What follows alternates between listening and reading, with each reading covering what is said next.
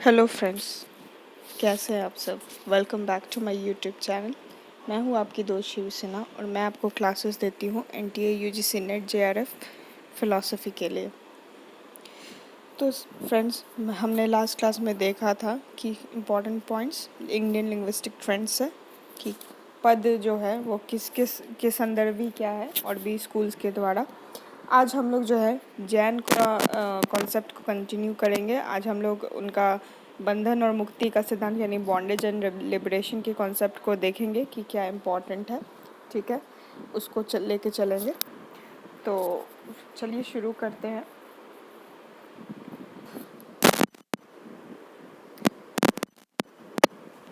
ठीक है, concept of bondage and liberation यानी कि मुक्ति और बंधन का सिद्धांत पढ़ेंगे। इससे पहले मैं आपको रिक्वेस्ट करूंगी कि प्लीज़ हमारे चैनल को लाइक, सब्सक्राइब और शेयर ज़रूर करें अपने दोस्तों के बीच, ताकि ज़्यादा से ज़्यादा लोगों को इसका बेनिफिट मिल सके और लोग नेट को क्रैक कर सके। ऐसे मैं बता देती हूँ, नेट के एग्ज़ाम का डेट एक्सटेंड हो गया बिकॉज़ कोरोना है। तो मास्टर्स के बहुत सारे जो अपेयरिंग कैंडिडेट्स होते हैं उनका एग्ज़ाम क्लियर नहीं हुआ है।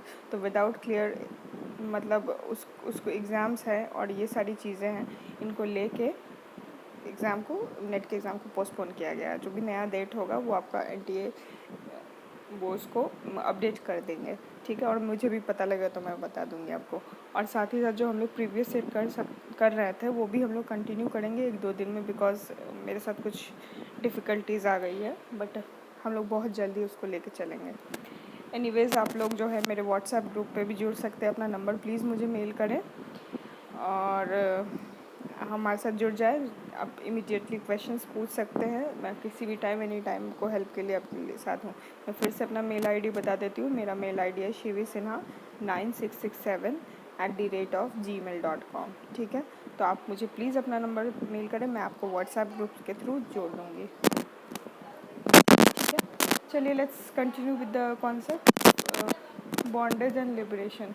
ठीक है, concept of bondage and liberation. तो हमने पहले भी ये जो मैंने पढ़ाया है, ignorance of truth and 4 patience, यानी कि जो अविद्या का कारण है वो चार तरह के जो पैशंस होते हैं, 4 तरह का जो कह सकते हैं जो चीज़ें हैं जिनके वजह से जो है अविद्या में पड़ जाते हैं।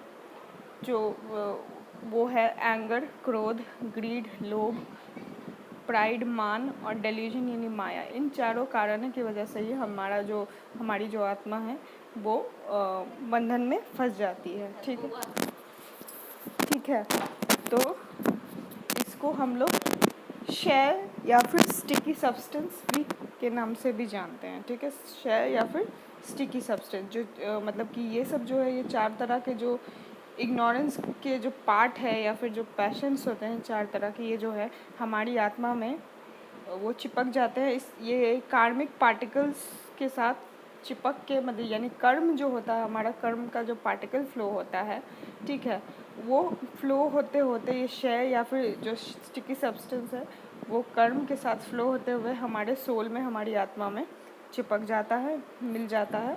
और इसी को निकालने के प्रोसेस को ही मतलब हम मुक्ति कहेंगे। ठीक है, ये 4 तरह के जो पैशंस होते हैं वो हमारे सोल में एंटर कर जाते हैं और हमारे सोल को बंधन में बांध लेते हैं।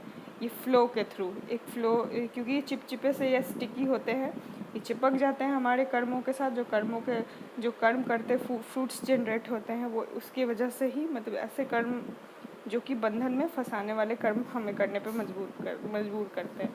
तो ये जो 4 स्टेट में बताया गया है हमारे बॉन्डेज के सिद्धांत को जैनिज़्म के थ्योरी में हम देखेंगे। ठीक है, तो ये 4 स्टेट जो है कार्मिक पार्टिकल्स जो है, वो जो फ्लो होता है कार्मिक पार्टिकल्स का, उसे हम आश्रव या फिर फ्लो कहते हैं, आश्रव कहते हैं। ठीक है, जिसमें कि कर्म के जो ये पार्टिकल्स हैं, छोटे छोटे जो कण हैं, जिसमें ये 4 तरह के पैशंस होते हैं, वो उसमें चिपक के फ्लो होते हैं, हमारी आत्मा में फिल्ट्रेट हो जाते हैं। इसे हम आश्रव या फिर फ्लो कहेंगे। ठीक है, एक चीज़ और मैं नोट करवा दूँ। ठीक है, जो हाँ इस नोट करने वाली ये बात है कि कंटिन्यू, देखिए कुछ टर्म्स है पर्टिकुलरली जैन यूज़ करते हैं। कंटिन्यूटी को ये वर्तन कहते हैं, ठीक है, यानी कोई चीज़ अगर कंटिन्यूड है तो उसको वर्तन ये कहते हैं। नए या न्यू को ये परत्व कहते हैं। कभी कभी क्वेश्चन आ जाता है परत अपरत्व, तो जो नया चीज़ होता है उसको परत्व बोलते हैं, और जो देन या फिर पुराना या फिर ओल्ड जो हो गया वो अपरत्व हो गया, ठीक है।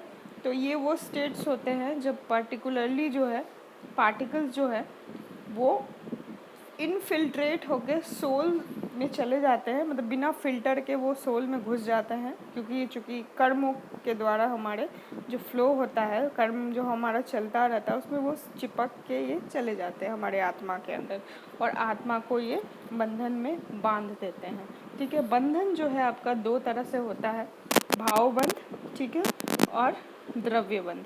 भावबंध यानी जो हम लोग जो गलत भावनाएं होती है, झूठ बोलते हैं, गलत निंदा करते हैं दूसरों की, या फिर लालच रखते हैं किसी को देख के, तो जो में जो हम आर्टिकल्स पूरी सोच के कारण हम फंस गए, हमारी आत्मा के अंदर ये घुस गया है, जिसके कारण हमारा जो है सोल पल्यूटेड हो जाता है, बैड डिस्पोजिशंस ले लेता है, ठीक है। तो ऐसे बंधन को हम लोग कहते हैं भावबंध, जिसमें हम लोग किसी भी चीज़ को लेके ऑब्सेस्ड हो जाएंगे, और बुरी चीज़ें सोच कि किसी को मार दिए, किसी की हत्या कर दिए, किसी को गाली दे दिए, इस तरह की चीज़ें, या बुरा सोच लिए किसी को लेके, या फिर लालच रख लिए, किसी चीज़ को पाने की कामना हो गई।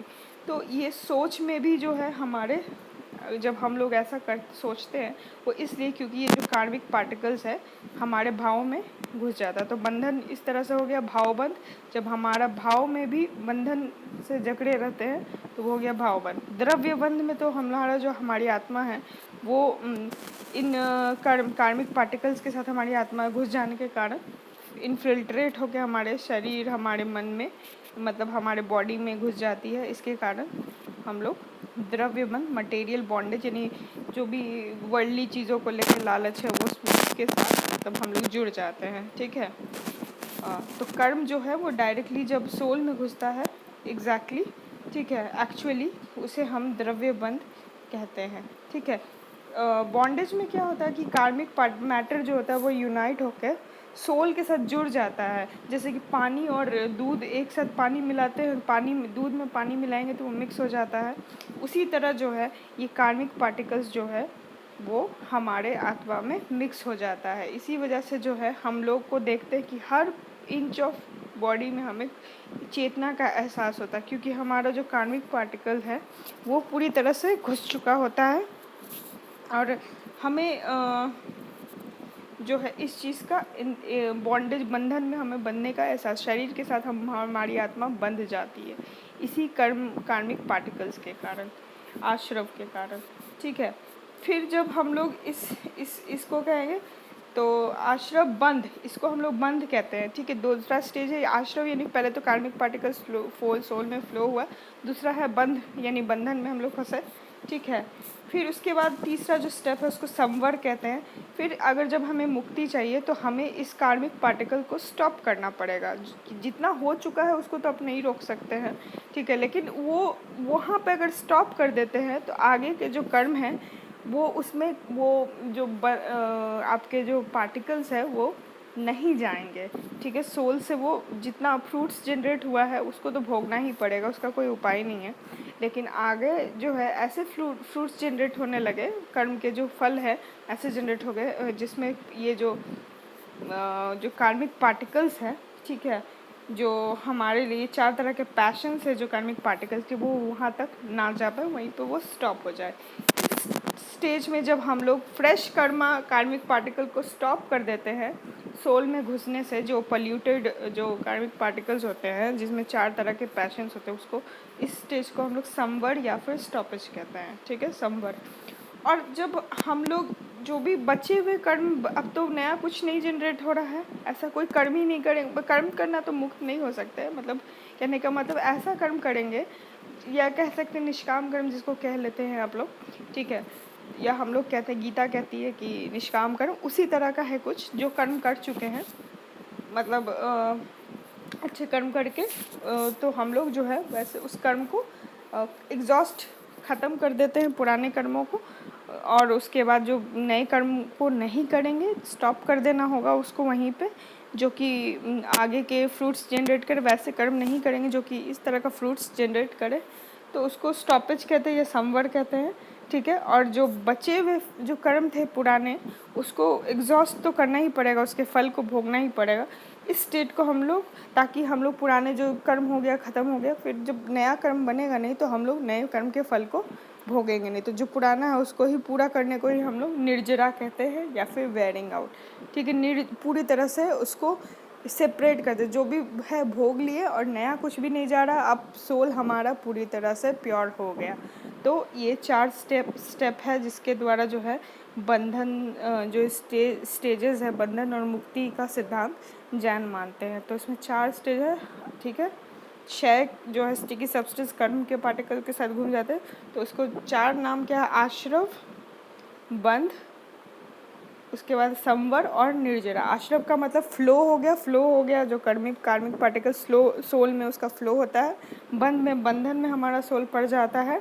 बंधन भी 2 तरह का, भावबंध और द्रव्यबंध, ठीक है। जो हमारे भाव में बंधन होता है उसको हम भावबंध कहते हैं। द्रव्यबंध यानी हम जब शरीर से हमारी आत्मा जुड़ जाती है तो वो द्रव्यबंध हो गया।